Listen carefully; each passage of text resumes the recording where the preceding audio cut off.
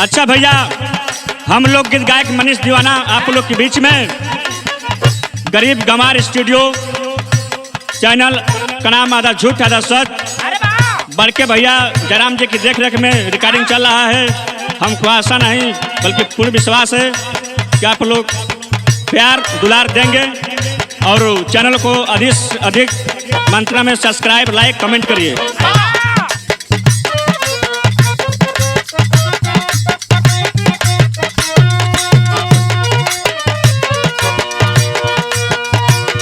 अरे जबे न तबे चल आवे घरवा ये सखी,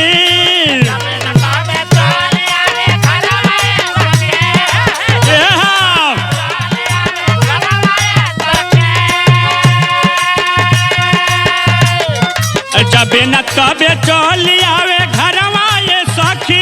अरे घरवा ये सखी अखिया मार के बुलावे मनिहरवा ये सखी।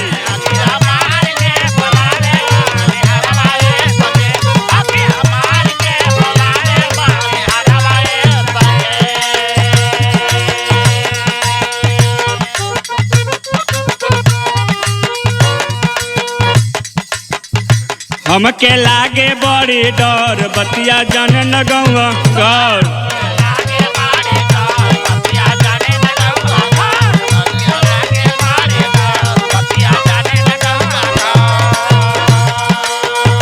हमके लागे बड़ी डर बतिया जाने न गौवा घर।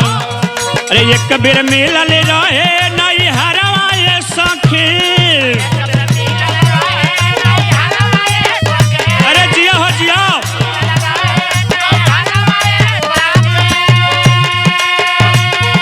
एक बेर मिलल रहे नहीं हरवा ये सखी, नहीं हरवा ये सखी अखिया मार के बुलावे मनिहरवा ये सखी।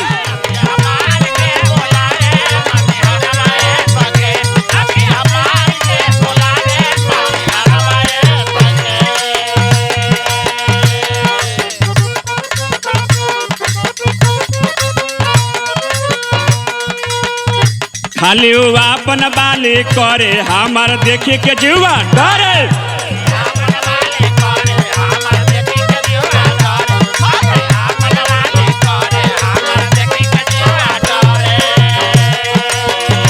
खाली अपन बाली करे हमार देखे के जुआ डरे।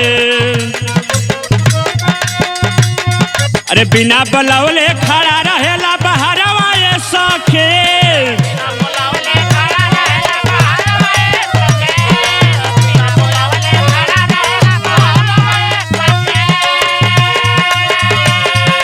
बिना बुलावले खड़ा रहेला बहरवा ये सखी।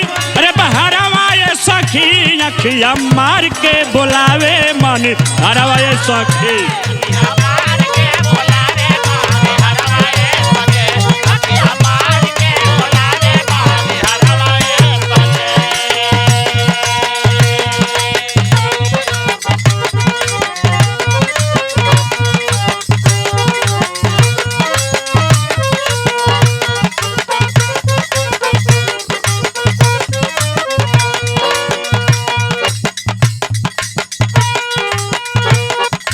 कितनो बोली कितनो डांटी बतिया माने न प्रदीप दिहाते।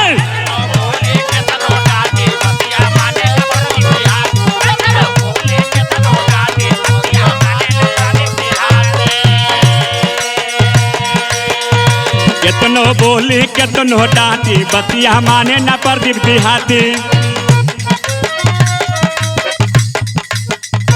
कितनो बोली कितनो डांटी बतिया माने न प्रदीप दिहाती। मनीष दीवाना लुटल चाहेला लहरवा ये सखी।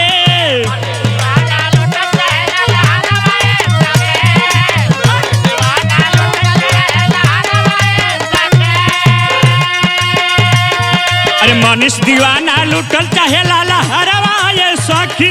अरे लहरवा ये सखी अखिया मार के बुलावे मनिहरवा ये सखी।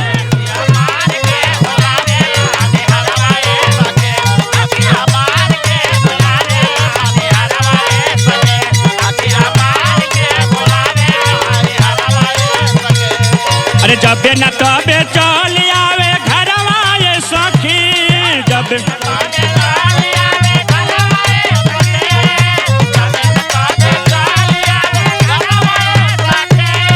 जाते न तबे चली आवे घरवा ये सखी, अरे घरवा ये सखी अखिया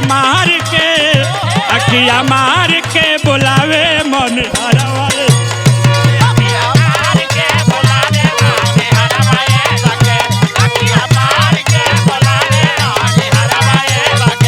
अखिया मार के बुलावे मन हरवा ये सखी, अखिया मार के बुलावे मन हरवा ये सखी।